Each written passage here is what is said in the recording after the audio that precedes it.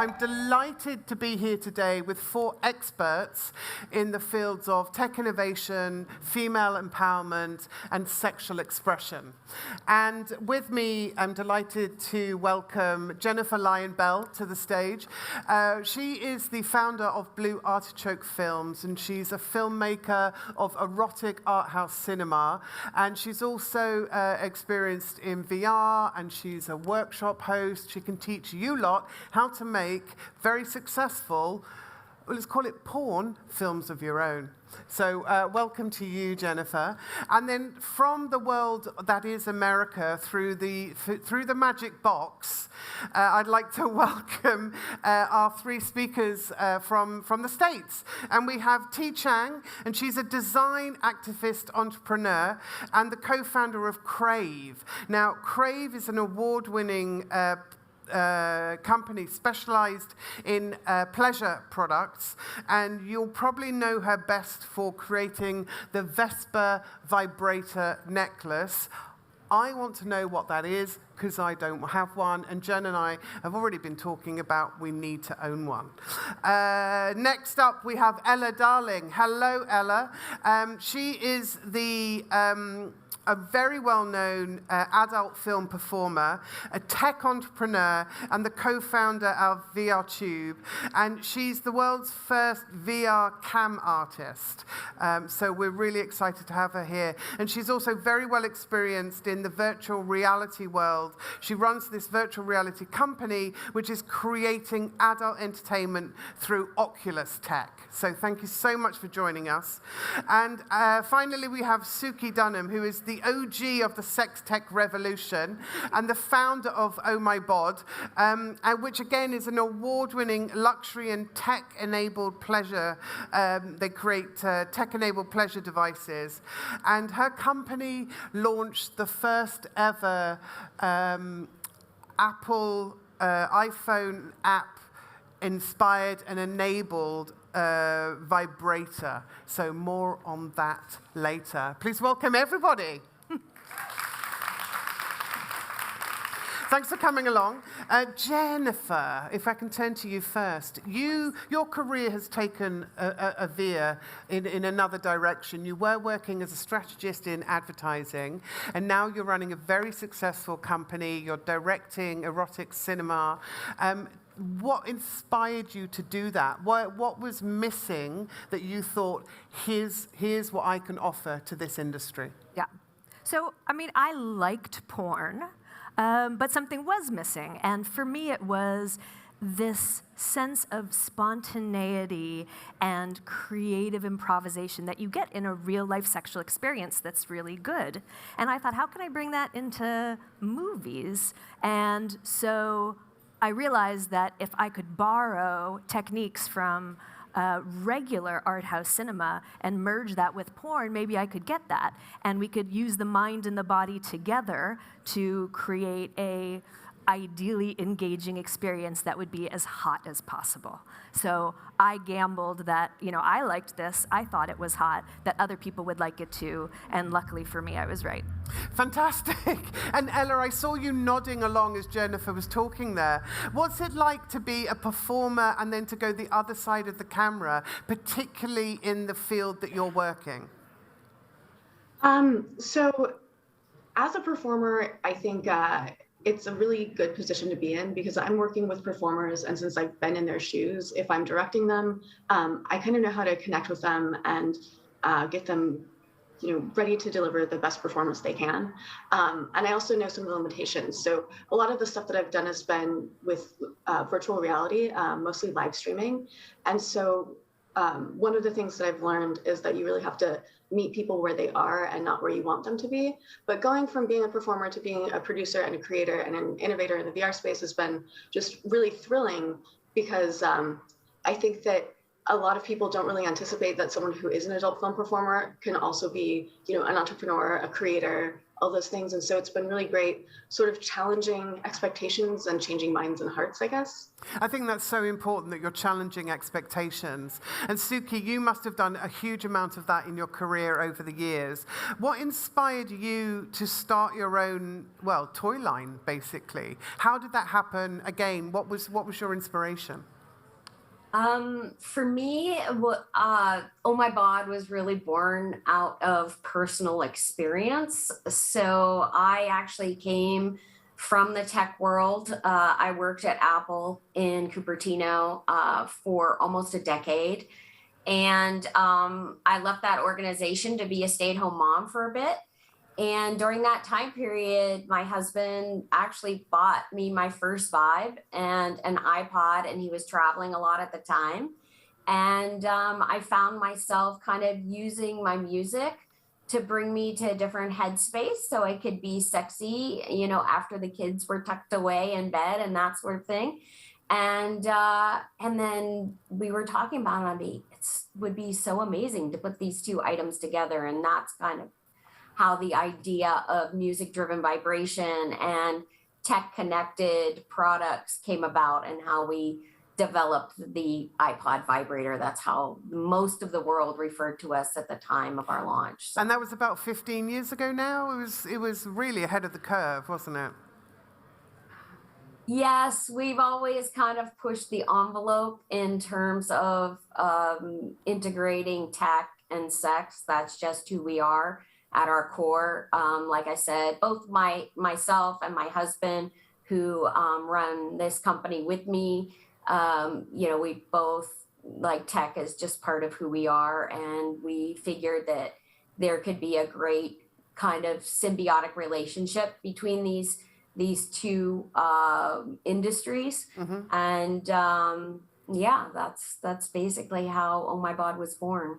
And T, your company was born out of the success of Vespa originally, I think is fair to say. And you got off the ground with the world's first crowd-funded sex toy.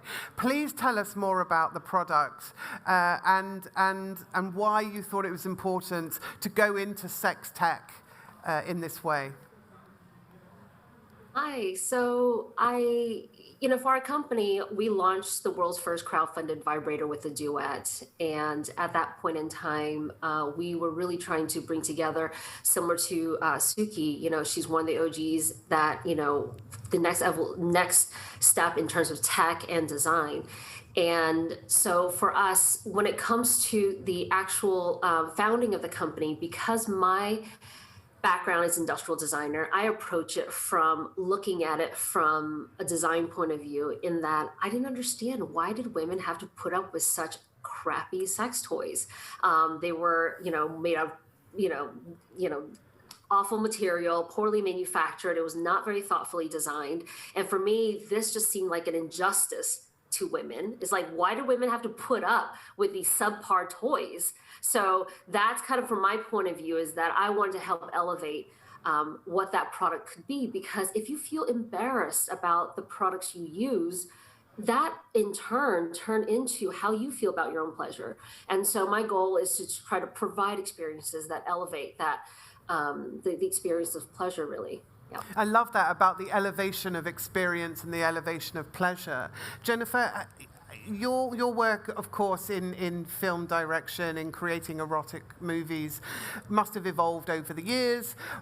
How do you involve these days sex tech? What does that mean to you in your line of work? Well, I also got involved in virtual reality because something that's important to me is intimacy, and used correctly, virtual reality can really, birth that sense of intimacy. So when we built the platform, we built a VR module, and we also understood that at this moment in history, people should be more experienced with VR, but they're not. So in line with the whole way we built the platform to make it safe, easy, accessible, even for people who aren't used to buying films. We wanted people to be able to, buy the VR and just start enjoying the movie right away. So that's been really successful. And Ella, you come at it, of course, from a different perspective as a performer. Tell us about that, about performing when it's a VR movie. So my first VR performance was back in 2014, and I really didn't know what to expect, but I knew that I wanted to do something in VR porn, and I knew it was going to be huge. Yeah. And so when I got to set, the director just sort of told me, we've got a VR camera set up in there. It's going to cover the whole room, so no one can be in there with you. So get in there and make a porno. And I was like, okay, well, you're 20 and you don't know anything about this, so I'm just going to do what I think I should. And I approached it basically like I was camming. I spoke to the camera as if it were a very intimate partner, and just did a solo scene. And then when we watched it afterwards, I had this striking moment where it was the first time I'd ever watched my own content and not cringed just a little bit. When I watched it, I felt this sense of presence and almost a sense of humanization in a way that I hadn't ever really noticed was lacking before. And so it really felt incredibly intimate and incredibly present and very just transportative.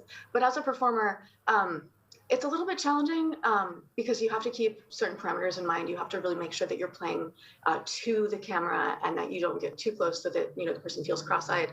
And especially if you're doing a sex scene, the person whose body is sort of the passive avatar of the viewer, they have to sort of crane their bodies into sort of uncomfortable positions just to accommodate the camera.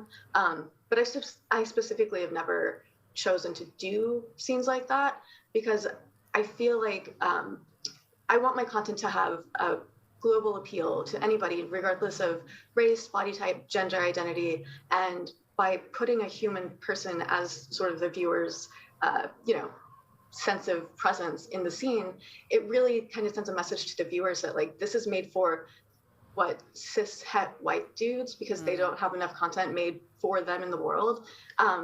So yeah, it's been really cool for me as a performer and a creator to be able to sort of shape not just the content that I'm creating, but the impact on the viewership itself. And Suki, you must have seen big changes when it comes to sexuality, performance, the use of sex tech, and how has it evolved? Where's it going? What's coming next? Well, I thought what Ella said was pretty powerful in that on many different occasions, I've had people talking about the future of sex and asking me, do you think robots are going to the sex robot replace intimacy? And from our perspective, OhMiBod's perspective, I don't see that happening. We all want human connection. We all need human connection. And so when we develop our products, we're thinking about connecting to humans and not replacing that human experience, but enhancing it or allowing people to connect in a very intimate way when they're not physically in the same location. So that's always been our shtick. As far as the future goes, I think that there'll be more of that. And a long time ago, actually, it's been several years now, I took a walk through the MIT Media Lab. And it was so interesting to walk through that place and see all the tech in there because I kept thinking, oh, how could I use that in a sex toy? Or how can I use that to create a more intimate sexual experience? And there's a lot of great tech that's going to come to us all in a mainstream form that we then in our industry will be able to utilize to make intimacy even more exciting, even when people are worlds apart. And T, I can see you excited to chime in when it comes to connectivity and intimacy. How's it affecting the development of toys in your business? Well, I think I laugh because that is one of the most common things for misconception that we have, which is that, if you buy a vibrator, that is to replace the partner. And it's like, no, dude, like if that is, I mean, sorry, not a dude, but like, I'm just saying, like, if you think an inanimate object is going to replace you, then maybe you're not bringing enough to the table, You need to look within yourself if that's how you're feeling about your sex life. Right. But I mean, ultimately for us, it is really definitely, like I said, is never about replacement. It is about that connection.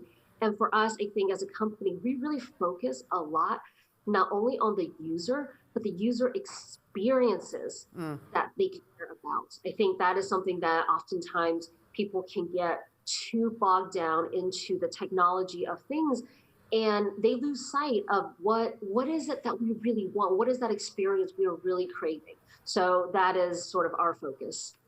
That's a nice lead into the audience for you, Jennifer, and what you're expecting or hoping that your audience is experiencing. Can you tell us a bit about that, about what you hope your work is giving? But also, I'd love to know a bit more about how audiences are changing in porn when it comes to so much is streamed free online these days. So, okay, that's 17 questions for you, Jen. Yeah. Start where you like. Okay, well, you're absolutely right that the rise of free porn has been the giantest challenge for the porn industry. It's basically almost killed the porn industry. But ironically, for us, it was a bit of a blessing in disguise, because first we knew that even though it's really easy to go on and get free porn, people were still coming to the Blue Artichoke Films platform and paying because our content was unique. It was high quality, it was unusual, and it just wasn't something that you could find on the tube sites. But then we also realized, oh my God, we're sitting on this secret extra benefit, which is, our world is it's sex positive, it's non-judgmental, it encourages you to have sexual exploration. And as a result, I have access to a lot of events like workshops and play parties and erotic film festivals where in real life you can experience these things and expand yourself and meet up with other people who share your values. So we built the Blue Artichoke Films platform to both, have this digital ability to see the films, but also bridge into the real world by having events there and having it be a place that you can come and expand your imagination. And I'm not sure that we would have realized that if not for thinking about how we could distinguish ourselves from free porn. I wanted to just go into expectations and challenging people's expectations, actually, particularly when it comes to funding within the sex industries. Suki, you talked about going to MIT and thinking to yourself, oh my God, how does how can I use this technology? And T, you've had angel investment for your company. What's it been like? Maybe T, you can answer this one. What's it been like to raise money, to seek funding for sex products? Because that can be a white, middle-class, middle-aged world who potentially, I'm going to, make a huge generalization, might not be open to, funding a sex toy company. Yeah, this is an interesting one. I mean, look, the truth of the matter for us, at least I can only speak for my journey, is that it really wasn't difficult for us. Good for you. I think there are several. I think because the investors are looking at it from a very business perspective, which is one. I think we had a very compelling team. My co-founder has had 2 companies behind him. I was a very well-established industrial designer, as well as, understanding manufacturing. I lived in China. Also, when it comes to our category, an investor would look at the category and they could see that it is very underrepresented and it's not particularly mature, which means that there aren't a lot of thoughtful players. There's opportunity to make money. Right. And then also lastly is that we had, because of our first crowdfunded, vibrator duet, that kind of proved customer validation and market interest. And so with that wind on our back, for us, it wasn't that difficult for us. And Ella, as a performer, how is how do you find people's expectations or people's impressions of you when you talk about working within the adult entertainment industry? Do you find that you need to challenge people's expectations? I think that my existing in the space and having founded multiple tech companies and, having done like robotics and coding for the companies that I created, I think that sort of immediately challenges their expectations in the first place. But the thing is, people have very negative views about people like me, about sex workers, whether you're an adult film performer or an escort, or, you just started an OnlyFans for fun. There's this sort of dehumanization. You were speaking earlier about the sex robots and, will sex robots replace partners? And it's just so very reductive. Does anybody want sex with a robot? Can I just do a quick show of hands? Yes, I do. I see do. one. Yeah. Thank you, madam. I do, but no, here's the thing, that's two. A sex robot is not going to give you the option of sort of the risk that you have with a partner. And that risk of, maybe will they like me? Won't they like me? Are they going to be into this? Are they going to enjoy having sex with me? All of that is what leads to such a great, powerful, emotional reward.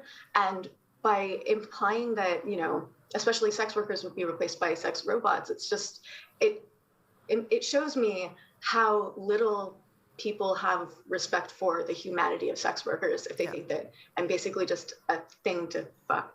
It's really off-putting. I think it's people's attitudes to sex over the decades. It's can be very prudish, very old-fashioned, very judgmental.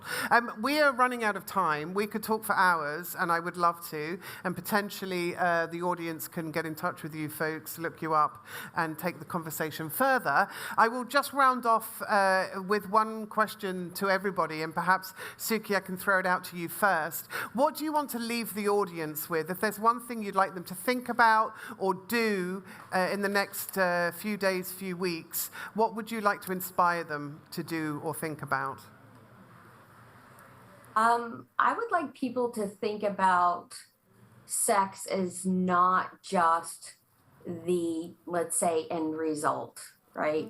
We have all talked today about sex, but each of our positions here today are about creating intimacy, creating a healthy sex life for people. And I would like people to think about, we all talk about toys. A lot of people, giggle or whatever the reaction is to this space and the sex industry in general. And I think it's important for people to take a step back and look at it. In our space, we're using the term sexual wellness a lot because it's about educating people that there is a direct connection between a healthy sex life and longevity, pure health benefits, like all of these things. And let's not bring it down to a level where it's just about, as Ella said, fucking, because that isn't what this space is necessarily about. Thank you. And T, your thoughts? Look, we're all gonna fuck, we're all gonna make money, and we're all gonna die, all right? And these are all things that are so taboo in our culture, and I am all about us changing that conversation by starting to talk about it. So these are all important things, and we will get better at them if we talk about it. So that's it. And Ella, what's your thinking? I support both of what both of those people just said. Talk about it, yes, absolutely. Talk about sex. Talk about sex work. Talk about porn. We are in a place right now where in the past couple of months, the livelihoods of sex workers have been really at risk. With OnlyFans making a decision and then going back on it that they were going to remove all adult content creators, the livelihoods of so many people were at risk. I wasn't sure how I was going to pay my rent. And so if you are someone who consumes adult content, talk about it and show up for the people who are bearing their bodies and putting themselves in a vulnerable position for your entertainment. Thank you. That's really powerful. And Jennifer? I'd like people to think about media content and how it doesn't just come from nowhere. And this links into what Ella's saying. Like, the porn performers are a huge part of this process. And there's also a crew. There's location, there's cameras, there's lights. So, and that's true whether we're talking about porn or whether we're talking about Game of Thrones. These things were not made for free. So if it's something that you appreciate, then, if you want to see more of what Ella's doing, if you want to see more of what I'm doing, please pay for your porn, because that's the only way that we can keep our industry alive and make more of the great stuff that you like to see. So we're looking at sex isn't just about fucking people. Remember that. We fuck, we make money, and we die. Get over it. Just talk about it. Don't be shy. Have respect for the people who work in the industry. Get over yourselves. We're all, people. And pay for the porn that you're watching, because it's only going to get better and better.